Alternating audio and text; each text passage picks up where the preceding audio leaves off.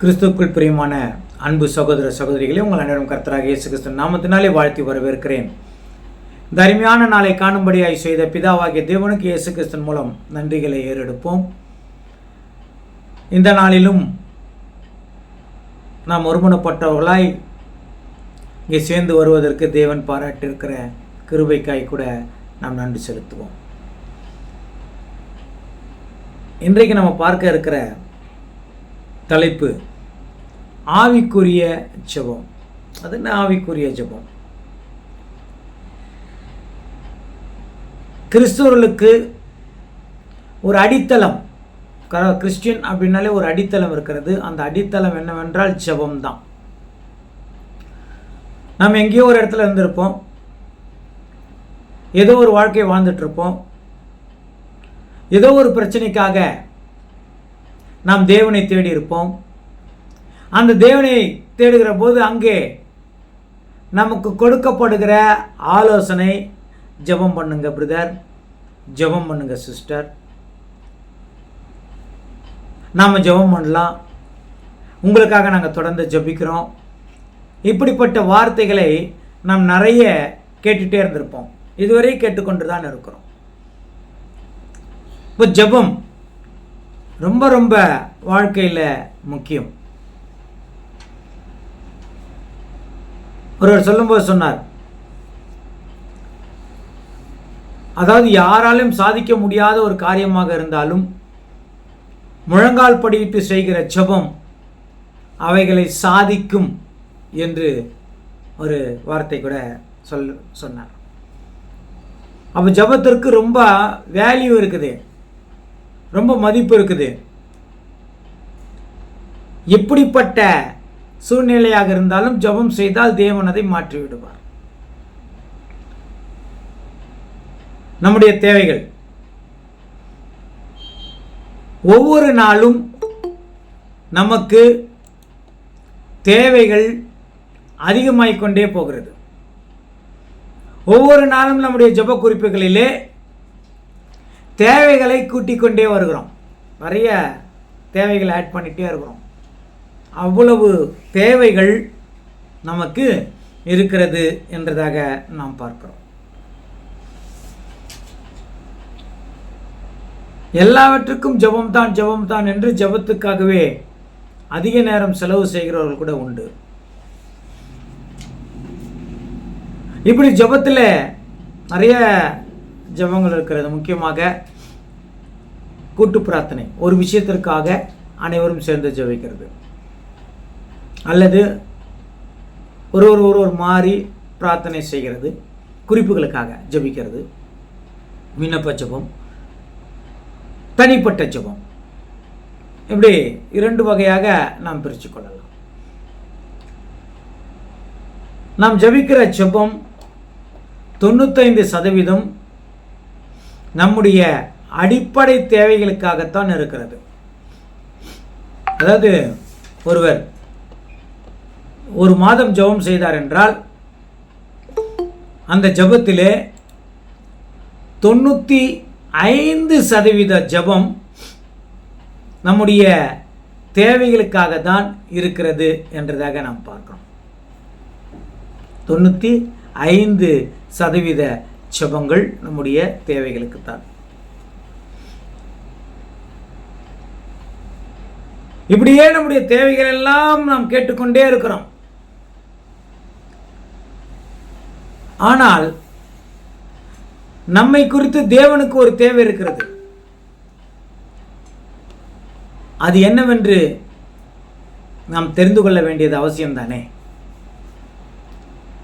அப்படி ஜெபத்தை குறித்து தாவீது சொல்லும்போது, தாவீதுக்கு நிறைய பிரச்சனை, நிறைய தேவைகள் இருந்தது. ஒவ்வொரு தேவைக்கும் ஒவ்வொரு காரியத்துக்கும் அவர் ஜெபித்தார்.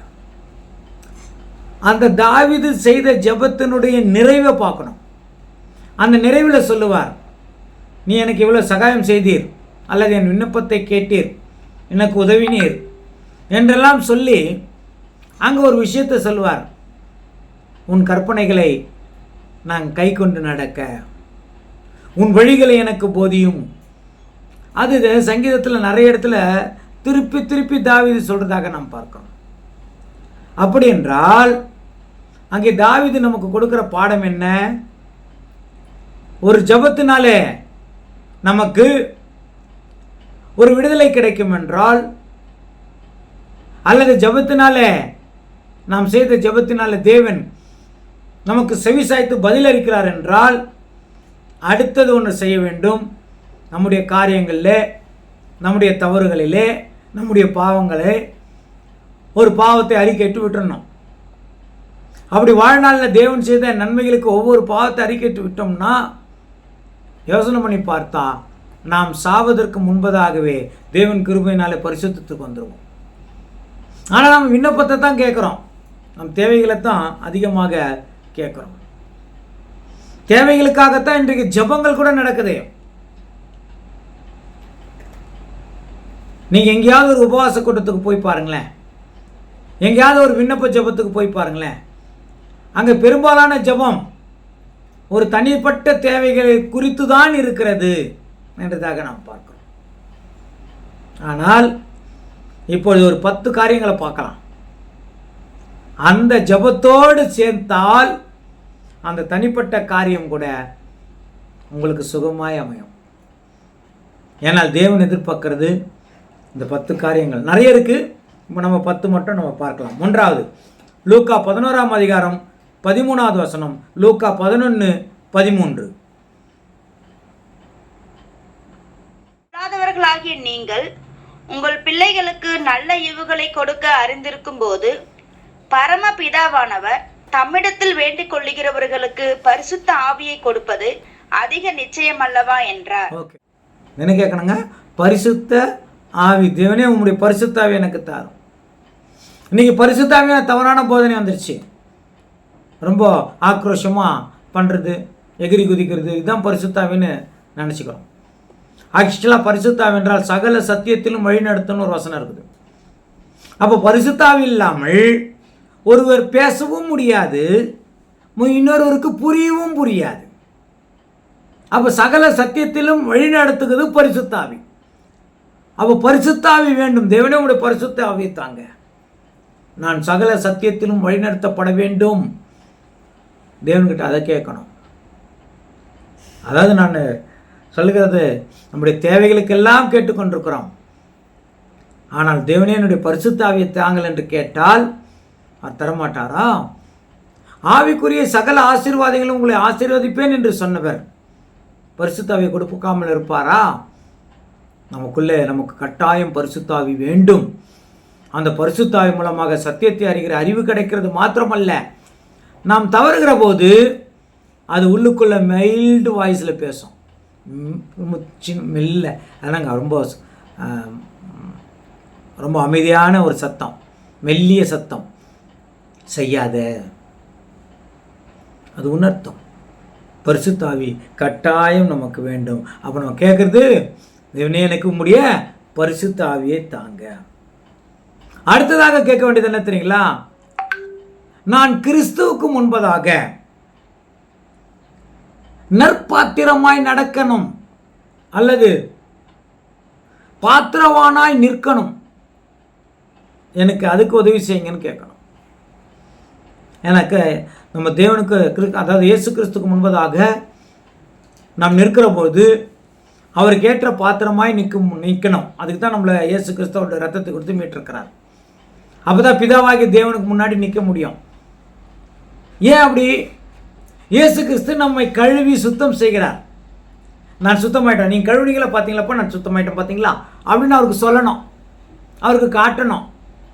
அதுக்கு ஜெபம் பண்ணணும், பரிசுத்த ஆவியில் வேணும்னு கேட்கணும். ரெண்டாவது, இயேசு கிறிஸ்து முன்னாடி நான் பாத்திரவானாக நிற்கணும். தேவனே, நம்ம ஜெபம் அப்படி இருக்கணும். தேவன் அது விரும்புகிறார். நான் அவருக்கு முன்னாடி பாத்திரவானாக நிற்கணும், எனக்கு உதவி செய்யுங்க அப்படின்னு கேட்கணும். லூக்கா 21:36. லூக்கா 21:36. ஆகையால் இனி சம்பவிக்க போகிற இவைகளுக்கெல்லாம் நீங்கள் தப்பி மனுஷகுமாரனுக்கு முன்பாக நிற்க பாத்திரவான்களாக எண்ணப்படுவதற்கு எப்பொழுதும் ஜெபம் பண்ணி விழித்திருங்கள் என்றார். எப்பொழுதும் ஜெபம் பண்ணி விழித்திருங்கள். எப்போதும் ஜெபம் பண்ணி விழித்திருங்கள் அப்படின்னு சொல்றாங்க. எதுக்கு? அவருக்கு முன்னாடி பாத்திரவானா நிற்கிறதுக்கு. இப்போ ஜெபம் இரண்டாவதாக பார்க்கிறோம், நான் இயேசு கிறிஸ்துவுக்கு முன்பதாக பாத்திரவானாய் நிற்கிறதற்கு தேவனே எனக்கு கிருபை செய்யுங்க. ஜெபத்தில் ஆழமாக இருக்கணும். மூன்றாவதாக ஒரு காரியம் இருக்குது, விசுவாசத்தில் வளரணும். நல்ல விசுவாசத்தில் ஸ்ட்ராங் ஆகணும். அதுக்கு ஜெபிக்கணும்.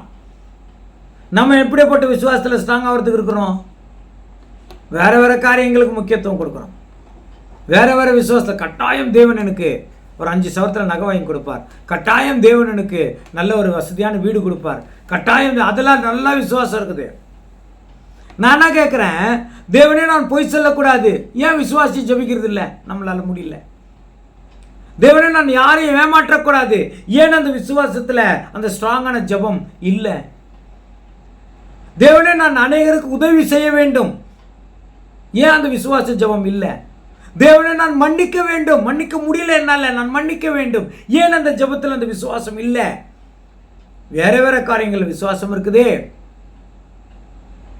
பாத்தீங்களா? தேவன் செய்வார்னு இதை நம்பி செய்யணுங்க. நம்மளுக்கு நான் ஒருத்தரை மன்னிக்கணும்னு நினைச்சா கூட தேவனே அது வேணாம்னு நினைச்சிட்டு ஒருத்தர் கேட்கறது இல்லை. தேவனை மற்றவங்களை நன்மை செய்யணும்னு ஜபிக்கணும், வேணாம் அதெல்லாம் எல்லாத்துக்கு அப்படின்னு சொல்லி நம்ம நன்மை செய்யறது இல்லை. நன்மை செஞ்சால் பாடுகள் உண்டுங்க. என் வாழ்க்கையில் நிறைய அனுபவிச்சிருக்காரு. யாருக்கு நன்மை செய்கிறேனோ அவங்களால தான் எனக்கு பிரச்சனையே வருது. நிறைய அனுபவிச்சிட்டேன். ஆனாலும் நன்மை செய்கிறதுலே சோர்ந்து போகாதிருங்கள்னு வேதம் சொல்லுங்க. அப்போ என்னால் எதை விட முடியலையோ, என்னால் எதை செய்ய முடியலையோ அதை தேவன்கிட்ட உங்களுடைய கிருபையினால் எனக்கு தாங்கன்னு கேட்டால் கொடுக்க மாட்டாரா? எல்லாவற்றையும் அருளாரே, எல்லாவற்றையும் கொடுத்தாரே. இப்போ விசுவாசம், தேவனே விசுவாசம் வேணும்ப்பா. இந்த காரியங்கள்லாம் என்னால் ஜெயிக்கணும், பிசாசை ஜெயிக்கணும், பாவத்தை விடணும், புறம் கூறுறதை விடணும், சண்டை போடுறதை விடணும், அன்புல வளரணும், அநேகருக்கு நன்மை செய்யறதுல வளரணும், நற்கிரியை செய்யறதுல வளரணும். நான் இதில் கட்டாயம் வளருவேன். அந்த விசுவாசத்தில் ஸ்ட்ராங் ஆகணுமே. அப்போ தேவனே அந்த விசுவாசத்தை கொடுங்கன்னு ஜெபிக்கணும். அந்த ஒரு வசனம் வாசிக்கலாமா? மத்தேயு 15ஆம் அதிகாரம் 27, 28. அதற்கு அவள், மெய்தான் ஆண்டவரே, ஆகிலும் நாய்க்குட்டிகள் தங்கள் எஜமான்களின் மேஜிலிருந்து விழும் துணிக்கைகளை தின்னுமே என்றாள். இயேசு அவளுக்கு பிரதி உத்தரமாக, ஸ்திரீயே, உன் விசுவாசம் பெரிது, நீ விரும்புகிறபடி உனக்கு ஆக கடவுது என்றார். அந்நேரமே அவள் மகள் ஆரோக்கியமானாள். இங்க பாத்தீங்கன்னா அந்த ஸ்திரீ புறஜாதி ஸ்திரீ தன் மகளுக்காக வேண்டுதல் செய்கிறான். ஆனால் நான் எப்படிமா உனக்கு செய்ய முடியும்னு கேட்குறாரு. அப்போ கூட சொல்கிறாங்க, உன்னால் முடியும்ப்பா, மேசையிலேருந்து விழுகிற தொண்டுகளை நாய் சாப்பிடுதே, அப்படியே கொஞ்சம் கிருபை காட்டுங்கன்றாங்க. அவரால் முடியும்னு. அப்போ சொல்கிறார், என்னால் முடியும்னு நீ விசுவாச்சியே, கட்டாயம் நடக்குன்றார். அவரால் முடியும்னு நம்பணும். அப்போ எல்லாம் நம்மளுக்கு கட்டாயம் நடக்கும். அந்த விசுவாசம் நல்லா வளரணும். அதான் மத்தேயு 21, 22 கூட வாசிக்கலாமே. மத்தேயு 21, 22. மேலும் நீங்கள் விசுவாசம் உள்ளவர்களாய் ஜெபத்திலே எவைகளை கேட்பீர்களோ அவைகளை எல்லாம் பெறுவீர்கள் என்றார். விசுவாசம் உள்ளவர்களாய் நீங்கள் தேவன்கிட்ட எதை கேட்கிறீர்களோ அதை பெற்றுக்கொள்வீர்கள் என்று அவர் சொல்றதாக பார்க்கிறோம். விசுவாசம் உள்ளவர்களாய் நாம் எதை கேட்கிறோமோ அதை பெற்றுக்கொள்வோம் அப்படின்னு சொல்றார். என்னென்ன தெரியுங்களா? அடுத்த ஜெபம், 4வதாக செய்கிற ஜெபம்,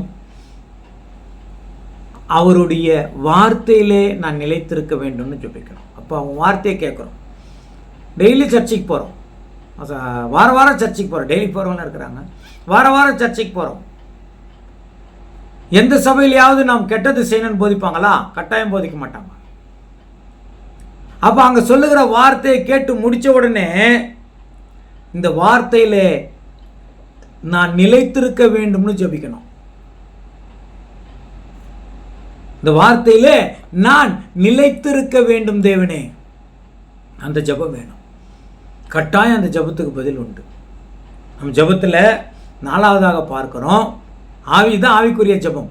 ஆவிக்குரிய ஜெபத்தின் 4வதாக நாம் பார்க்கிறோம், நாம் அவருடைய வார்த்தையில், கேட்ட வார்த்தையில் நிலைத்திருக்கணும்பான்னு ஜெபிக்கணும்.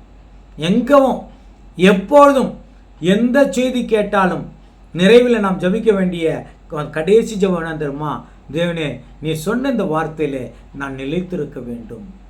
அது தேவன் விரும்புகிறார். அது தேவனுக்கு ரொம்ப பிரியமாக இருக்கிறது என்றதாக பார்க்குறோம். யோவான் 15:7. யோவான் 15:7. நீங்கள் என்னிலும் என் வார்த்தைகள் உங்களிலும் நிலைத்திருந்தால் நீங்கள் கேட்டுக்கொள்வது எதுவோ அது உங்களுக்கு செய்யப்படும். நீங்கள் என்னிலேயும் என் வார்த்தை உங்களிலேயும் நிலைத்திருந்தால் நீ என்ன கேட்குறியோ அது கிடைக்கும். இப்போ என்ன பண்ணோம்? சர்ச்சு முடிஞ்சு ஒவ்வொரு முறையும் தேவனுடைய வார்த்தையை கேட்டவொன்னு என்ன செய்யணும்? தேவனே, இந்த வார்த்தையில் நான் நிலைத்திருக்க வேண்டும்னு ஜெபிக்கணும். அப்போதான் அவருக்குள்ளே நாம் இருக்க முடியும், நாம் கேட்கறது நமக்கு கிடைக்கும் என்றதாக நாம் பார்க்கிறோம்.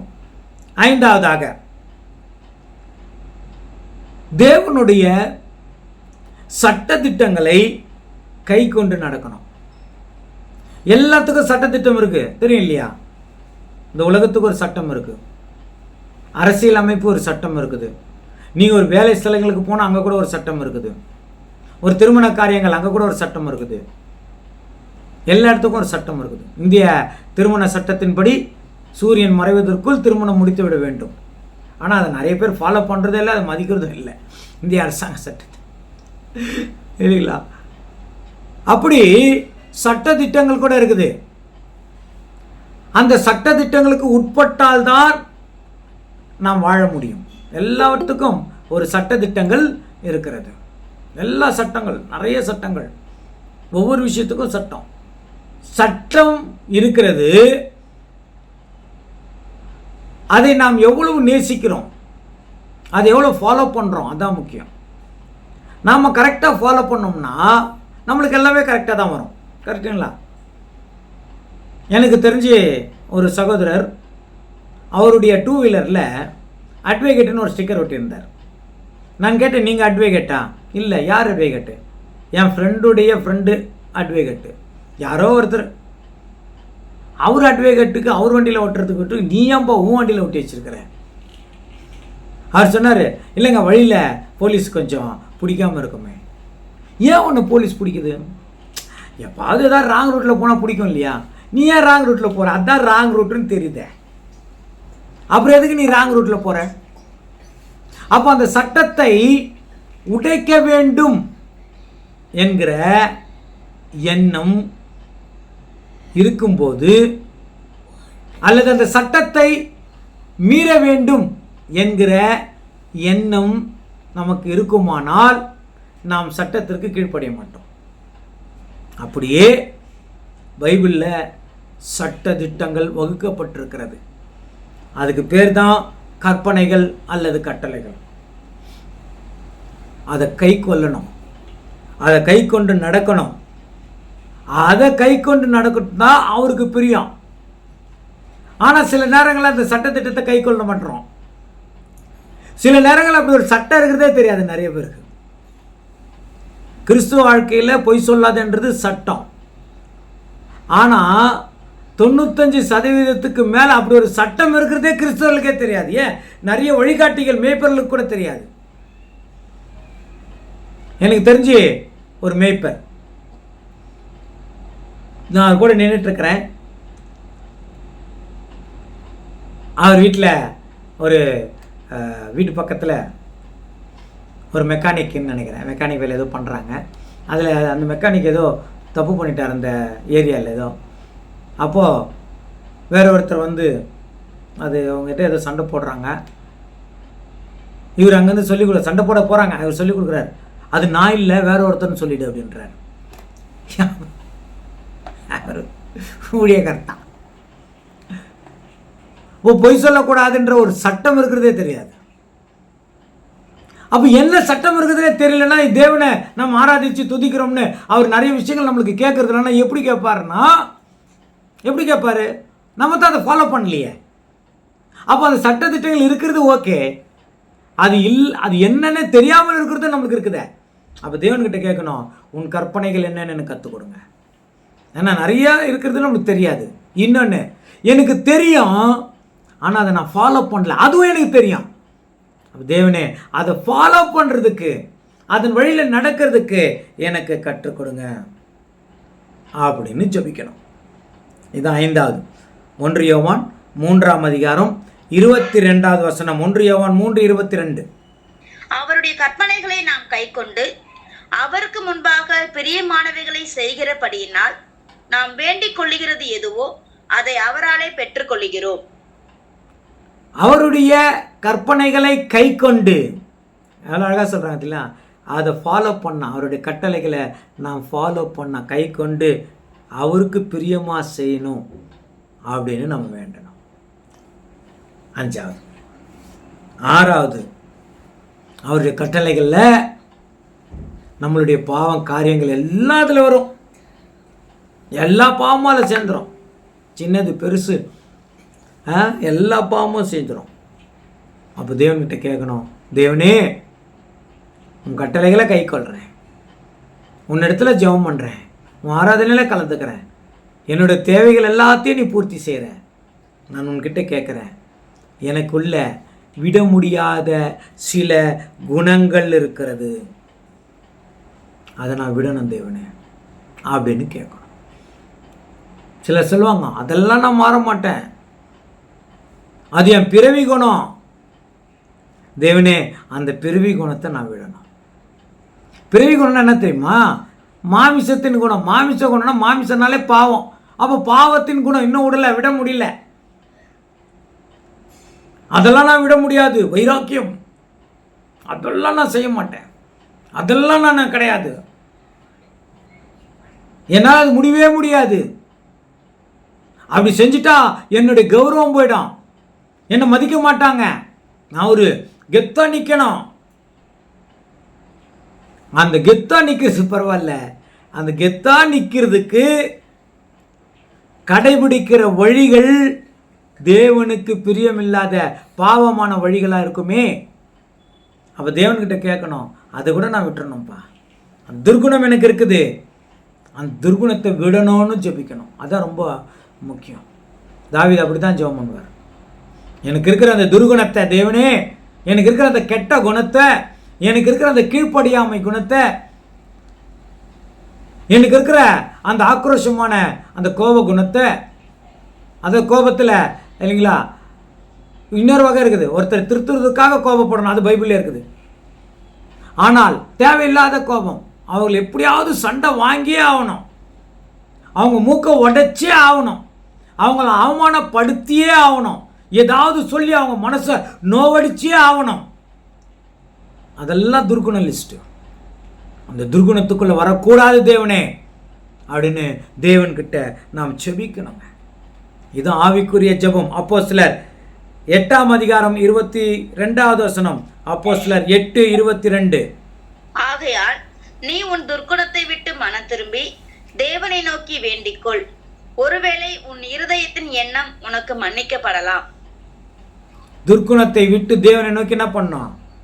வேண்டணும். தேவனே எனக்கு இந்த துர்க்குணம் இருக்குது, நான் இதிலிருந்து வெளியில் வரணும், எனக்கு இந்த கெட்ட குணம் இருக்குது, நான் இதிலிருந்து வெளியில் வரணும் தேவனேன்னு ஒவ்வொரு முறையும் ஜெபிக்கணும்,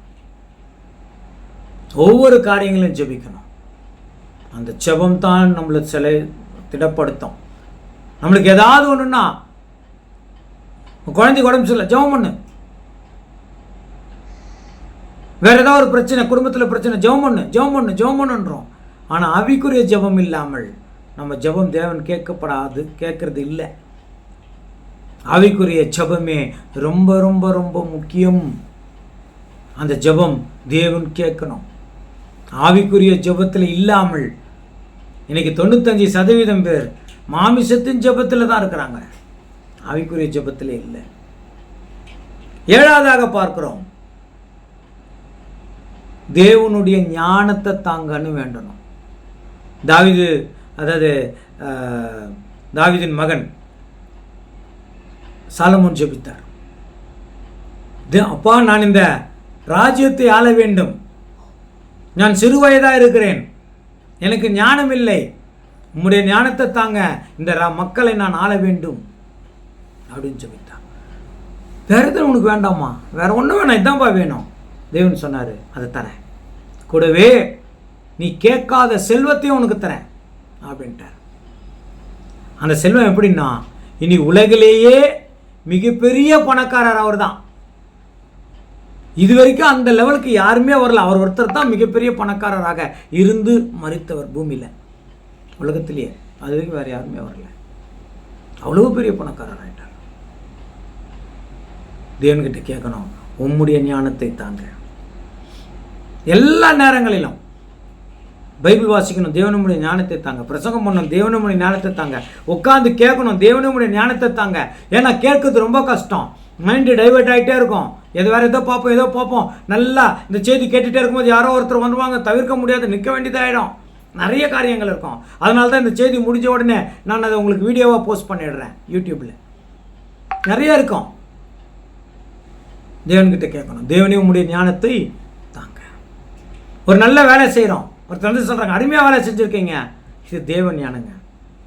ஏன்னா தேவன் ஞானம் இல்லாமல் ஒன்றும் செய்ய முடியாது. அந்த வேலை நேர்த்தியாக முடிய வேண்டுமா? தேவனே உம்முடைய ஞானத்தை தாங்க. முடிந்ததா? தேவனுக்கு தான் மகிமை. யாராவது சொன்னாங்கன்னா நீங்கள் ரொம்ப அருமையாக பண்ணியிருக்கீங்க, நான் இல்லைங்க, தேவன் தான். அப்போ தேவனே உம்முடைய ஞானத்தை தாங்கன்னு கேட்கணும். யாக்கோபு 1ஆம் அதிகாரம் 5-6 வசனங்கள். யாக்கோபு 1ஆம் அதிகாரம் 5-6 வசனங்கள். உங்களில் ஒருவன் ஞானத்தில் குறைவுள்ளவனாய் இருந்தால் யாவருக்கும் சம்பூரணமாய் கொடுக்கிறவரும் ஒருவரையும் கடிந்து கொள்ளாதவருமாகிய தேவனிடத்தில் கேட்க கடவன், அப்பொழுது அவனுக்கு கொடுக்கப்படும். ஆனாலும் அவன் எவ்வளவாகிலும் சந்தேகப்படாமல் விசுவாசத்தோட கேட்க கடவன். சந்தேகப்படுகிறவன் காற்றினால் அடிபட்டு அலைகிற கடலின் அலைக்கு ஒப்பாயிருக்கிறான். ஓகே, 5வது வசனம் மட்டும் வாசிக்கலாமா?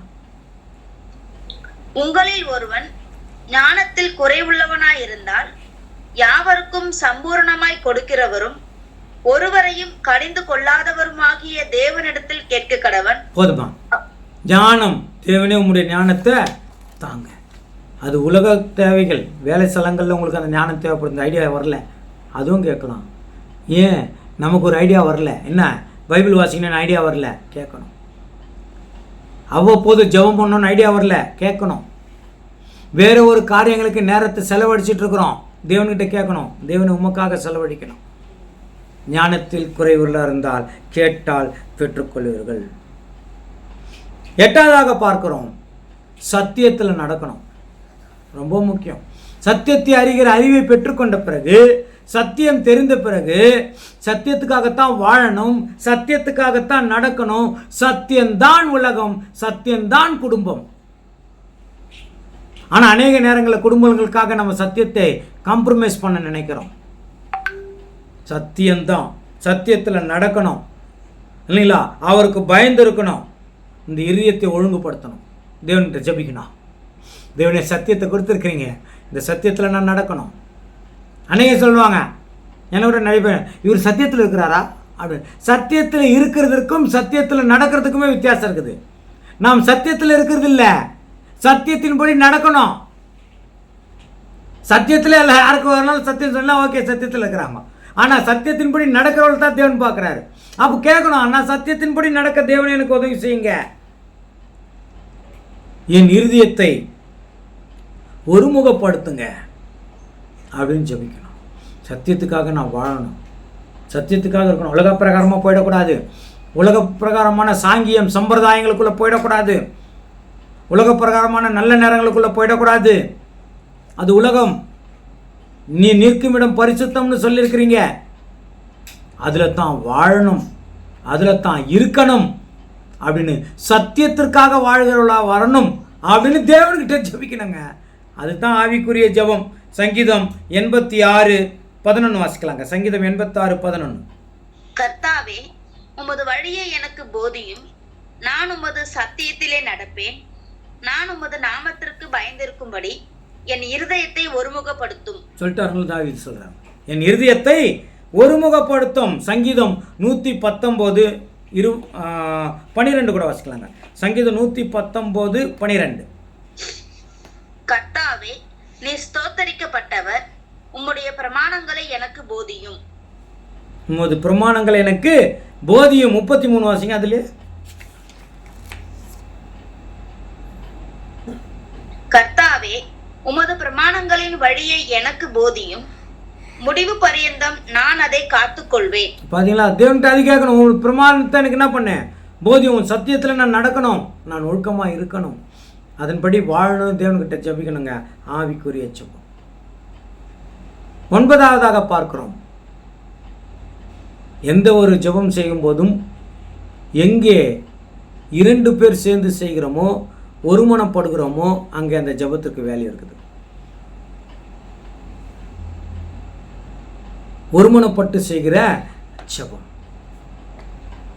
எந்த ஒரு காரியத்தில் இருந்தாலும் ஒருமனப்பட்டு தேவனே என்று செய்கிற ஜெபம் தேவனுக்கு ரொம்ப பிடிக்கும். அதான் கேட்குற மத்தேயு 18:19.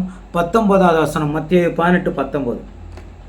அல்லாமலும் உங்களில் 2 பேர் தாங்கள் வேண்டிக் கொள்ள போகிற எந்த காரியத்தை குறித்தாகிலும் பூமியிலே ஒருமனப்பட்டிருந்தால் பரலோகத்தில் இருக்கிற என் பிதாவினால் அது அவர்களுக்கு உண்டாகும் என்று உங்களுக்கு சொல்லுகிறேன். ஒருமனப்பட்டு செய்கிற ஜெபம். குடும்பத்தில் சமாதானம் இல்லை, கணவனுக்கும் மனைவிக்கும் சமாதானம் இல்லை, அப்பாவுக்கும் பிள்ளைக்கும் சமாதானம் இல்லை, அல்லது அம்மாவுக்கும் பொண்ணுக்கும் சமாதானம் இல்லை, ஏதோ ஒரு பிரச்சனை, 2 பேர் அந்த குடும்பத்தை பார்க்கறதுக்கு இருப்பாங்க. கட்டாயம் 2 பேர் இருப்பாங்க. ஒன்று அம்மாவும் அப்பா 2 பேரும் சேர்ந்து பிள்ளைகளுக்காக ஜெபிப்பாங்க.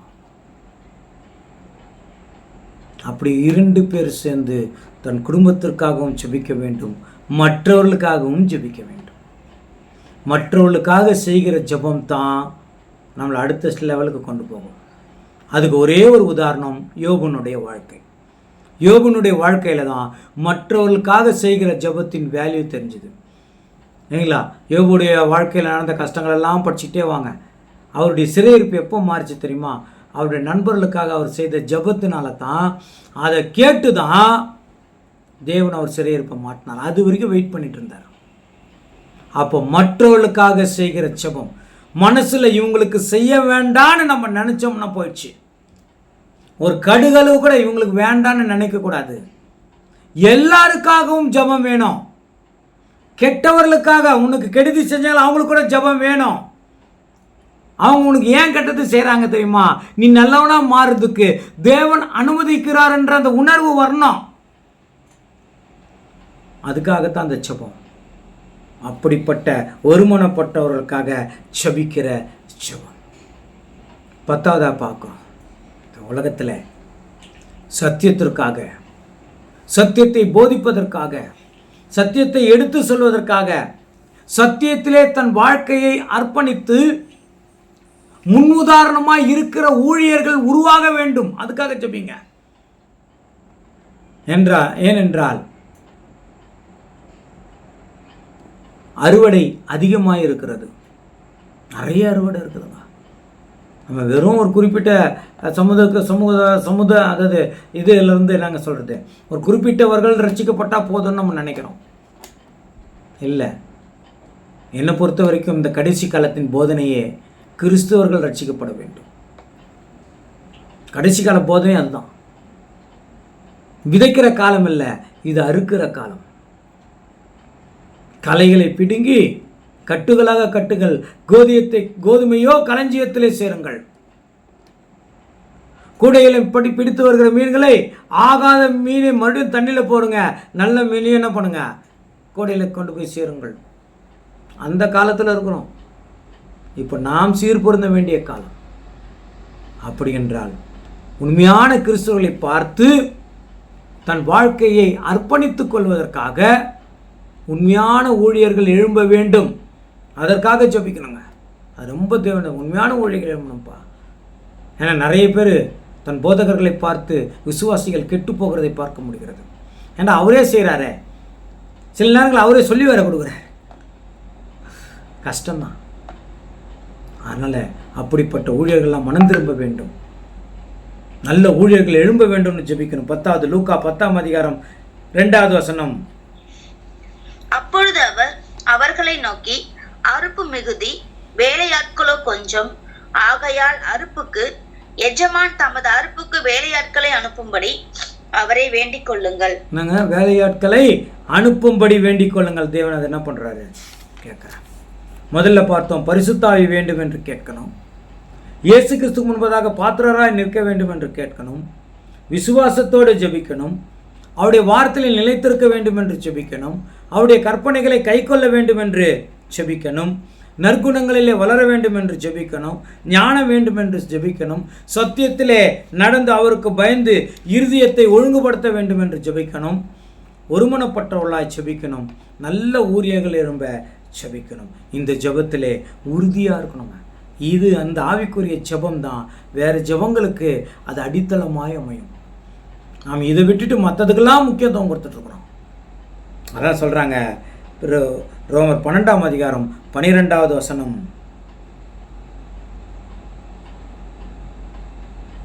ரோமர் 12:12. நம்பிக்கையிலே சந்தோஷமாய் இருங்கள், உபத்திரவத்திலே பொறுமையாய் இருங்கள், ஜெபத்திலே உறுதியாய் தரித்திருங்கள். நம்பிக்கையில் என்ன பண்ணுங்க? சந்தோஷமா இருங்கள். எந்த உபத்திரம் வந்தாலும் அல்ல, பொறுமையாக இருங்கள், ஜெபத்திலே உறுதியாயிருங்கள். இதெல்லாம் தேவன் சித்தம். இப்போ பார்த்த விஷயம்லாம் 10 பாயிண்ட் தேவன் சித்தம். அப்போ அவருடைய சித்தத்தின்படி நீங்கள் நடந்து உங்கள் தேவைகள் கேட்டிங்கன்னா 100% சக்ஸஸ். வாசிக்கலாமா? 1 யோவான் 5ஆம் அதிகாரம் 14வது வசனம். 1 யோவான் 5:14. நாம் எதையாகிலும் அவருடைய சித்தத்தின்படி கேட்டால், அவர் நமக்கு செவி கொடுக்கிறார் என்பதே அவரை பற்றி நாம் கொண்டிருக்கிற தைரியம். அதுதாங்க. இப்போ அவருடைய சித்தம் தெரிஞ்சிச்சா, இப்போ அதன்படி ஜெபிச்சா அவர் நமக்கு என்ன பண்றார்? செவி கொடுக்கிறார். இந்த நல்ல நேரத்தை கொடுத்த பிதாவாகிய தேவனுக்கு இயேசு கிறிஸ்துவின் மூலம் நன்றி செலுத்துவோம்.